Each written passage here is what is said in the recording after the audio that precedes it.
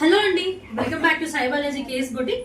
ఇప్పుడు మంచి మలాయి కద్దాన్ సారీస్ లో బ్యూటిఫుల్ డిజైన్ తీసుకొచ్చాను. బడ్జెట్ ఫ్రెండ్లీ సారీస్ అన్నమాట.